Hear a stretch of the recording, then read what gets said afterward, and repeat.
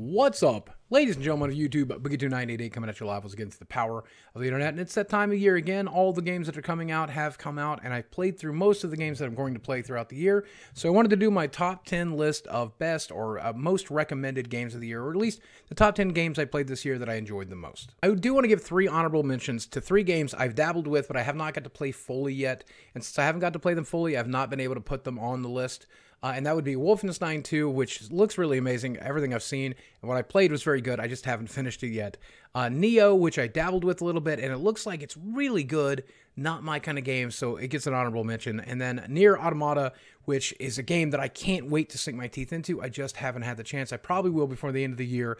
It probably deserved to be on the list based on everything I've seen and what I've played. But again, I haven't completed it, so I didn't want to put it here. So at number 10, I'm putting Sonic Mania, and I have to say, this was a refreshing change of pace. Now, it's a smaller game, but you definitely get the bang for your buck. There's a lot of recreated levels and then some levels that are inspired by the original levels that you just played through. I think it's absolutely fantastic. It was one of the better games I played of the year, and although it's short, it's got the right price tag on it. I highly recommend it. It kind of made me feel like what Sonic could have been, what it should have been, what I hope one day it will eventually be. It's a solid Sonic game. At number 9, I put Hellblade Senua Sacrifice. And the reason it's only here at number 9, I love the game, I love the concept, I love the execution. The fact that they talk about mental illness in this game is pretty amazing. The replication of schizophrenia and the symptoms of it is absolutely amazing. The game is built by a small team, and whereas the voice acting is really, really good, and the story is really, really good, the combat leaves a lot to be desired. The puzzle solving, I'm not a big puzzle solving kind of guy. And again, the game is not overly long. It is definitely priced right, and I think it's a great game. The reason I don't put it higher on the list is because I don't think it's a game you even have to play. It's okay to watch somebody you love on YouTube to play this game, and you'll pretty much get a relatively close to the same experience. Had the combat been more challenging and more interesting, the puzzle solving a little more interesting, I think I would have put it higher on the list.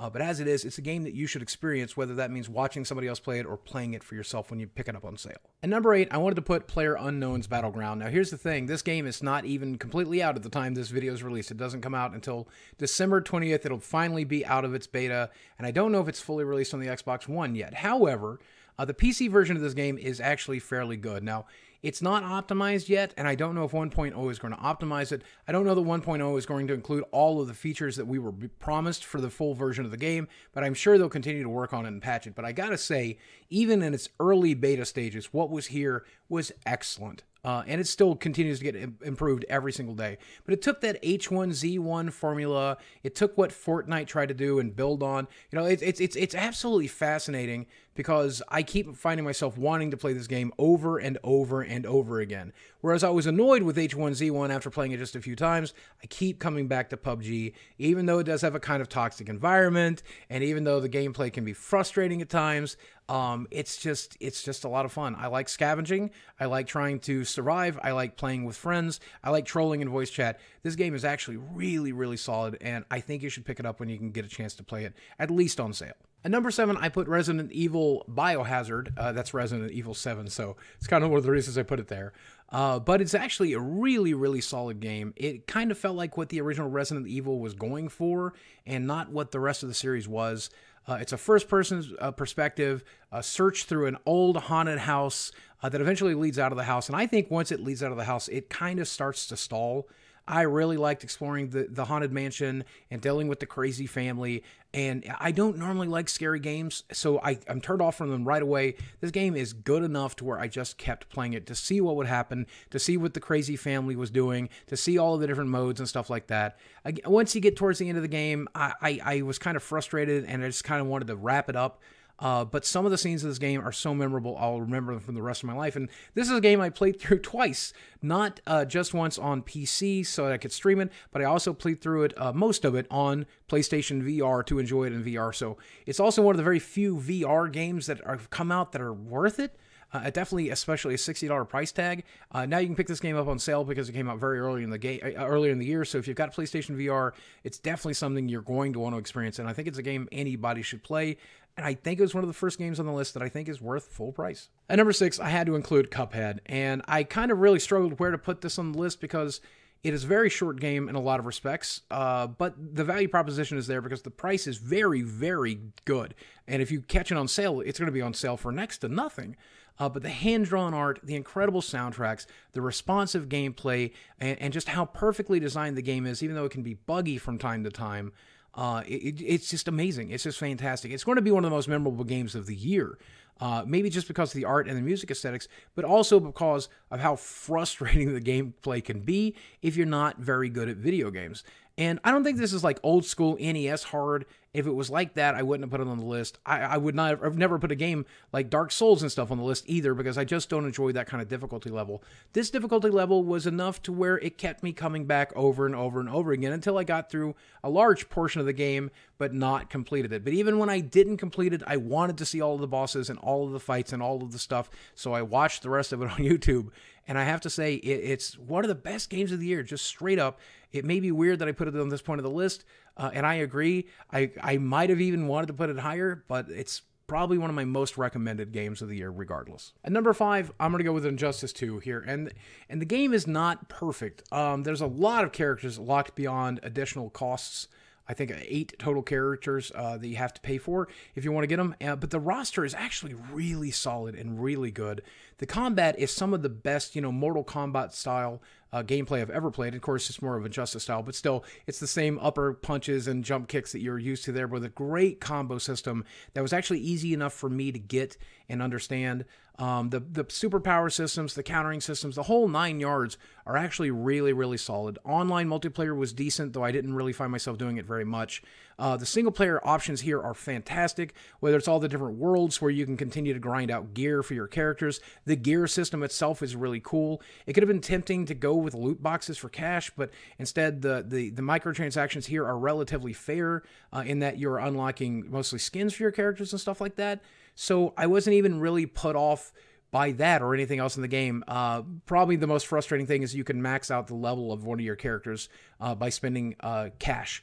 But other than that, the game is really, really solid. And I liked Mortal Kombat X. I liked this a lot more. Maybe it's because of the characters and everything else. Maybe it's just because it's a DC game, just because of the power sets or the combo system or the ultimate attacks. All of it's just good. It's just all really good. The only thing I didn't care about was the single player stuff, and I played through it, and the story was okay.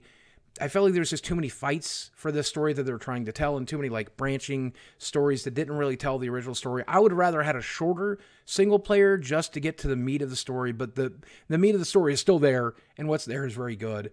If you can get this game in Game of the Year Gold Edition or something like that, I think it's a really, really good purchase. I don't know if it's worth $60 and then buying all of the DLC characters. If you can get them all at once, though, or get them all for under $60, the game is well worth the cost. At number 4 is Persona 5, and I have a weird history with this game because I didn't play 1 through 4, and I knew nothing about the game. I waited until very late in the year when somebody on watching one of my streams says, "I thought you liked turn-based JRPGs," and I didn't realize that that's what this game was. Once I finally got into the game, though, boy, was I surprised and blown away. And at first, I didn't know if I was going to enjoy it because it's a lot of anime and storyline and stuff like that, a lot of chatting and talking. And I just couldn't really understand if that's something I was going to enjoy. After the first hour, though, and once I got into the first castle, I realized the game was fantastic. Now, I have to admit, I have not fully completed this game, but I've been told it takes 100 hours to complete, and I'm some 20 hours in, and I'm grinding away at it every day, every time I get a chance. And I knew I had to put it on the list because unless the game gets absurdly terrible towards the end, and it doesn't seem like that it will, the game is pretty fantastic. And with the value proposition here, $60 is a no-brainer. It is an easy decision because I find myself wanting to collect all the different personas and combining them to create new personas and messing all around with all of the different options and maxing out all of the different relationships with the different characters so that I can make better personas and just enjoying the world itself. Fantastic game. I kind of feel bad that I didn't give it a fair chance when it came out. It probably would have been a fantastic game to play at the time. I would have been able to complete it by the end of the year, but this is going to be the game that carries me through Christmas break, I'm pretty certain. And it's fantastic. Boy, was I wrong. And if you think that this game is probably not a game that you would enjoy, but you like JRPGs or turn-based JRPGs specifically, you really should give it a second chance. And number 3, and I bet everybody's going to be surprised this isn't higher on the list, is Super Mario Odyssey. And I have to say, this is easily one of the best games of the year. I love this game. I have played so much of it. a good probably 15, 20 hours with plenty more stuff left to do and a lot of stuff to explore. Now, that said, the gameplay is fantastic, the world design is fantastic, the soundtrack is fantastic. It's just a really good game. It's difficult to put it higher on the list because it is not as many worlds as I was hoping for. The challenge isn't as high as much as I want it to be. I feel like some of the moons are just kind of there for you to pick up without even really putting any effort into them and stuff like that. And the game is creative, it's brilliant, it's fantastic, it's a must-play game, and it's well worth $60. But because there was just not enough content there, or I don't even know if there's plans for any DLC or anything like that. I presume there's not, because I've never heard anything about it. It's just a kind of relatively short game. Now, it's as big as just about any other Mario game, probably bigger, but I wanted more. And that's probably the most frustrating thing about it. The only thing that's wrong with this game is I just wanted more of it. And there's still plenty there, $60 worth easily, but I feel like at least hopefully there's a sequel. I mean, at least make a sequel in 2018 or early 2019 so I can play more because it's fantastic. At number 2, Horizon Zero Dawn. And this was the only game that really had a contending spot for number 1 besides the number 1 game. And I have to say it's because the world is gigantic. The combat is exciting and varied and absurdly challenging. The world itself is beautiful. The graphics are incredible. The monster design, the boss design is all fantastic. The story is great. The dialogue can sometimes leave a little bit to be desired. Some of the mini quests are kind of boring and just kind of shoved in there. But there's plenty to do, and the value you get from this game is absurd. I can't believe how good it looks. I can't believe how well it plays. I can't believe how challenging it is and how exciting it is. And the story did keep me playing from beginning to end. I haven't played the DLC yet. That's something I hope to pick up soon, so I can't say much about it. But easily, this game is worth $60. It's easily one of the best games of the year and was almost best game of the year, because when I played it at the PlayStation Experience and I fought my very first robot dinosaur, I thought the combat itself was okay. But until I got to know the characters, until I got to know the world, until I began to involve myself into different types of monsters and different types of larger creatures and crafting and selling to merchants and stuff like that, until I really got into it, I didn't know how deep this game would go. I thought it was going to be something similar to like Far Cry Primal or something silly like that, but no, the game is deep, deep, deep, deep, deep. And I had so much fun playing it. I can't wait to play the DLC, and I hope I'll get to start it soon. But this is easily one of the most recommended games of the year. You should play this without a doubt. And then finally, and I know a lot of people are going to rage quit this video right here, right now, but Legend of Zelda Breath of the Wild may not be your game of the year. It may not be one of the best games of the year or clinically the best or the best selling or anything else, but it's easily my game of the year. I have played this game continuously even after completing it. I'm looking forward to finally getting to sit down and play the DLC. I played this game almost entirely on stream, taking almost a month to do it, 2 and 3 hours a night each night. And then there's still stuff left to explore. And yes, you could say that this is a Skyrim reskin, because it definitely kind of is, except it adds so much more to it, and it takes place in the Legend of Zelda universe. And what is amazing to me about this game is I've been playing every Zelda game since the NES version was brand new. This game plays not like any of the other Zelda games.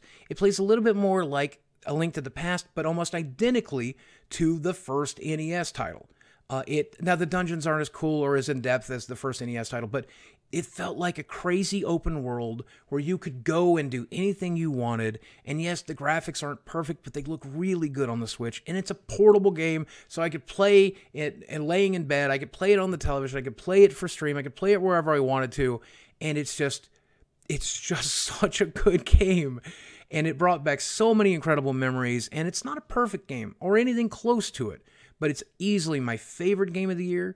It's easily worth the $60 price tag. It's worth picking up a Switch by itself. If this is the only game you plan to play, buy a Switch to play this game, because I loved every second of it. If you liked Skyrim-style gameplay, if you like the survival-style gameplay that they put into this game, if you love Legend of Zelda, any of those things that you like, you're going to love this game. You're going to play it from beginning to end. There are parts, the gameplay isn't always perfect. The cooking system isn't perfect. Sometimes it's frustrating dealing with some of the survival elements. Weapons break too easily. There's a lot of things to complain about this game, but I want to complain about them because I want to play the game, because it's compelling and interesting and fun to explore, and it's worth putting up with the downside because there's so much good side there. And that's what makes it my game of the year. It's the game I loved the most. And I hope you can understand that even if you hate the game. And that's it. That's my top 10 games with 3 honorable mentions. Tell me which games I missed. Tell me which games I didn't play that I should have played. Tell me which games you think I was wrong about. And let me know about all that in the comments section below. Guys, I hope you play some fun games over the Christmas break. I hope you buy some games here at the end of the year sales. I hope you buy some of the games and play some of the games on this list. Guys, as always, thanks for watching. I love you very much. I'll speak with you again soon. I'm going to go play some video games.